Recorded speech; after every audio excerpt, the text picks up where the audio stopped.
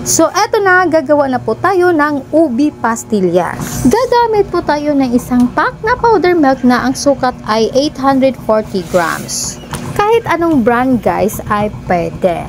So, pagkatapos ay lagyan na po natin ng isang latang ubi condensed milk na ang sukat ay 390 grams.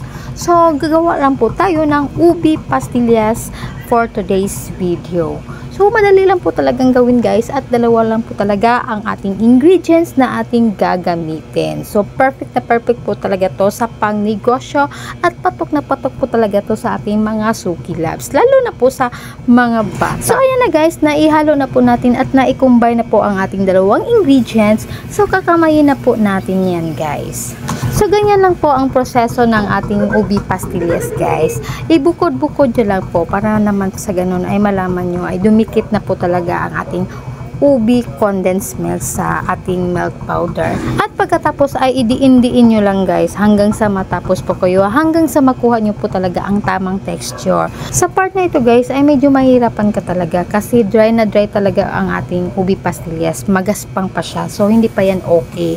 So tuloy-tuloy mo lang yung ginagawa mo sa pagdidiin-diin guys hanggang sa makuha mo talaga yung tamang texture. So malalaman mo lang yan guys pag kumintab na po ang ating ubi pastillas at smooth na talaga ang kanyang texture guys. So dito na po tayo sa exciting part. So ito na po ang magiging itsura niya guys. Kumintab na siya at lumitaw na po ang kanyang kulay purple. O diyan, di ba? So kita nyo. So ganito na po ang magiging itsura niya guys pag okay na at kailangan na po nating hiwain guys para naman sa ganon ay ma-slice na po natin ng maliliit.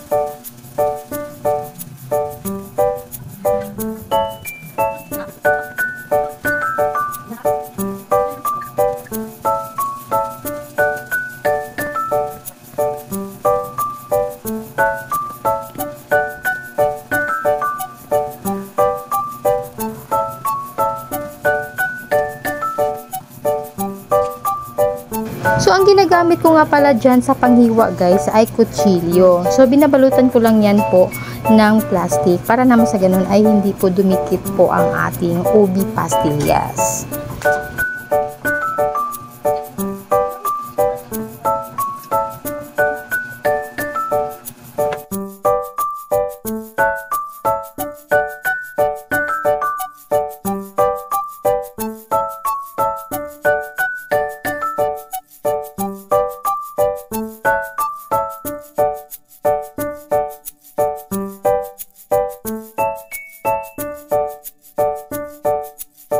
So, ayan na guys, nakagawa na po tayo ng pastillas na ubi ang flavor. So, gagamit nga pala ako ng asukal guys na pang-coat sa ating pastillas. So, dito po ako naglalagay sa pinaghaluan natin kanina para naman sa ganun ay konti lang po ang ating hugasin. O diba? Perfect. Pagkatapos na pong mahiwa na maliliit ang ating ubi pastillas, ikukot mo kaagad yan sa asukal para naman sa ganun ay hindi po sila dumikit ang isa't isa nila. So, ganun po talaga ang proseso niya guys. Napakadali lang talaga at hindi na po kailangang lutuin ang ating pastillas. So sa ganitong pamamaraan guys ay pwede ka na kaagad makabenta ng ubi pastillas sa isang iglap. O diba? Perfect. At para naman po sa mga sari-sari store owner na katulad ko, pwede pa kayong gumawa ng sarili nyong paninda. Nasa loob lang po ang mga ingredients. So advantage na po sa atin guys na ang customer na po talaga ang lumapit sa atin. Gagamitan lang po natin ng kaunting diskarte guys para po tayo ay makabenta at kumita na kahit nasa loob po tayo ng tindahan ay kumikita po tayo sa sarili nating gawa. O diba? Perfect. Alam nyo ba na isa po talaga ito sa pampaakit ng ating mga customers guys. Iba kasi yung homemade candy guys. Lalo na pag nilagay mo sa harap, maa-attract talaga yung ating mga customers dyan. Magki-curious talaga yan sila kung ano yan. So, bibili sila. O diba? Mas maganda pa nga ang kitaan ko dyan sa mga candy ko nga binibenta ko dito sa loob ng aking tindahan, guys. Mas maubos pa yung paninda ko kaysa mga candy. Kaya ayun, nasisiyahan po talaga ako sa mga ginagawa ko dito sa loob ng aking tindahan, guys, na kahit nasa loob po ko ng tindahan ay kumikita po talaga ako na sa sarili kong gawa. At para naman po sa mga walang sari-sari store, walang pwesto, ay pwede naman po kayong makabenta. So marami po talagang paraan, guys. Kung ikaw ay nagtatrabaho, bentahan mo yung kakasamahan mo sa trabaho. Kung ikaw ay plain housewife lang at nag-aalaga ka lang ng mga anak mo, ay pwede mo naman utusan yung mga anak mo sa magbebenta sa eskwelahan. Kung maaari, pwede naman po, mayroon naman po mga teacher na papayag yan. O kaya sa mga kapitbahay mo na nag-aaral ng high school, nag-aaral ng grade 6, grade 5, kung kumbaga marunong na magsukli-sukli, pwede mo yan utusan sila na sila po ang magbenta. Kasi alam nyo ba na nasa eskwelahan po ang pera. So tips ko sa mga nanay na walang trabaho at gustong kumita, so kung meron po kayong mga estudyante sa high school, sa grade 6, sa grade 5 na marunong na po magsukli, pwede po kayong gumawa ng mga paninda at ipabenta nyo sa anak nyo. Kung wala naman po kayong anak na ganun, guys, ay pwede naman po sa kapitbahay, guys.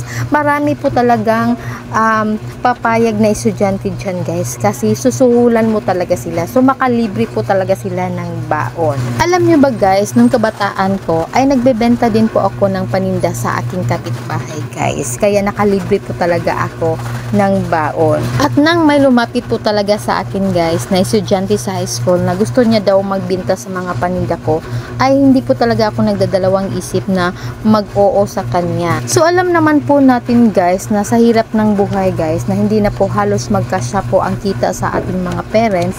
So ang estudyante na lang po ang naghanap ng racket, guys, para naman sa ganun ay makapag-aral po siya ng mabuti.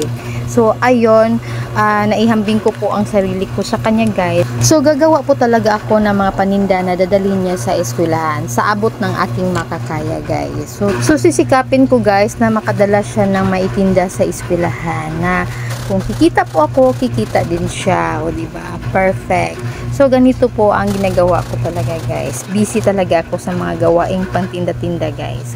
So ayan na, guys, tapos na po ang ating ubi pastillas. So ang puhunan nga pala dito, guys, ay 377 pesos. Kasi yung milk powder natin, guys, ay 300 pesos. Tapos yung ating kondensada na ubi flavor ay 59 pesos. Tapos yung asukal po natin na ginagamit, guys, ay 1/4 yun, ay 18 pesos. So nagtototal po talaga ng 377 pesos. So ang nagawa po talaga natin, guys, ay 320 pieces. So ngayon, guys, ang benta ko nga pala dito, guys, ay 2 pesos each. Sa 320 pieces, guys, ay mabebenta po natin siya ng 640. So ang puhunan po natin dito, guys, ay 377. So kikita po tayo ng 263 pesos sa isang iglap. O diba, perfect na perfect talaga to sa ating negosyo, guys, na kahit nasa loob po tayo ng tindahan ay kikita po tayo, o diba. So ayan na, guys, tapos na at naibilang na po natin siya. So i-rest muna natin siya ng 2 to 3 hours